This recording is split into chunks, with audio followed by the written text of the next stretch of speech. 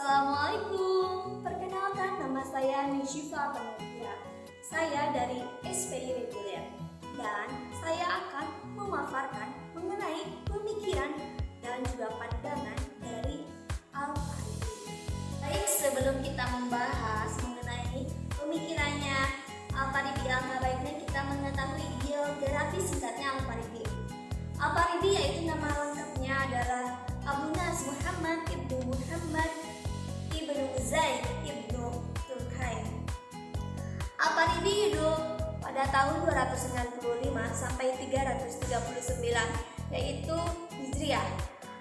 Kalau kita ingin mengetahui masehinya yaitu 872 sampai 950. Beliau lahir di Faryab, Kazakhstan. Nah, di dunia barat beliau dikenal sebagai Al-Farabius.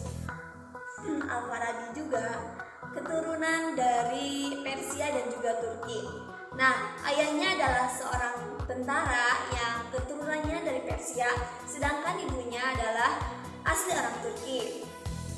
Nah, ketika Al-Farabi masih muda, beliau sangat menyukai musiknya enggak musik rock atau apapun itu, tapi musik-musik yang berbau Islam. Nah, dia juga tinggal di Katazan selama 50 tahun. Kemudian setelah 50 tahun beliau pergi ke Baghdad untuk menuntut ilmu. Nah, menuntut ilmu di Baghdad itu selama 20 tahun. Nah, Al-Farabi juga berkontribusi di dunia matematika, filosofi, pengobatan, dan Arabi juga dikenal dengan guru kedua setelah Aristoteles. Nah, dia itu adalah filsuf pertama agama Islam di dunia barat. Jadi, kita akan bahas tuntas mengenai konsep dasar pemikirannya Al-Farabi. Poin pertama adalah Tuhan dan sifat-sifatnya. Al-Farabi menyatakan bahwa seluruh alam semesta ini ada yang menciptakan, yaitu Tuhan Maha Esa, Maha Sempurna, bersih dari segala kekurangan. Nah, pemikiran yang kedua adalah filsafat emanasi. Nah, pemikiran ini diambil dari teorinya Plotinus. Nah, kemudian pemikiran Al-Farabi pun berbeda dengan teori Plotinus, yaitu beliau menyatakan bahwa Tuhan adalah pikiran yang bukan berupa benda. Al-Farabi berpendirian bahwa seluruh yang ada tidak terlepas dari wajib wujud ataupun mungkin mawujud. Mungkin mawujud lahir karena adanya sebab, sedangkan wajib mawujud ada dengan tidak memiliki sebab karena Allah agung dan sempurna. Ia memiliki kesanggupan untuk menciptakan alam, yaitu sejak azali. Oleh karena itu, filsafat Al-Farabi mencoba menjelaskan bagaimana yang banyak bisa tercipta dari sesuatu yang satu, Tuhan Maha Esa, sempurna, yang tidak bisa melakukan sesuatu yang salah. Poin ketiga adalah filsafat metafisika.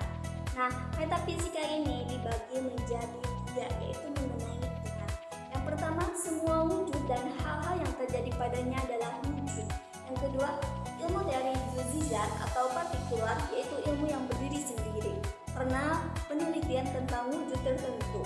Nah, yang ketiga adalah semua wujud tidak berupa benda ataupun berada dalam benda-benda. Nah, menurut Al-Farabi, segala sesuatu yang ada di alam semesta ini adalah hanya memiliki dua kemungkinan dan tidak ada alternatif. Yang ketiga, wajib al-wujud adalah wujudnya tidak boleh tidak ada. Ada dengan sendirinya, esensi dan wujudnya adalah sama dan satu. Ia adalah wujud yang sempurna selamanya dan tidak ada didahului oleh tiada. Jika wujud itu tidak ada, akan timbul kemustahilan karena wujud lain untuk adanya bergantung kepadanya. Inilah yang disebut dengan Tuhan. Nah, dan yang terakhir adalah filsafat kenabian. Nabi adalah utusan Allah yang diberikan mukjizat melalui wahyu. Nah, adapun Nabi menurut Al-Farabi adalah yaitu mempunyai daya imajinasi yang kuat dan ketika berhubungan dengan akal Fa'an dapat menerima visi dan kebenaran-kebenaran dalam bentuk wahyu. Wahyu tidak lain adalah limpahan dari Allah melalui akal Fa'an atau akal yang ke-10, yang dalam penjelasan Al-Farabi adalah Jibril.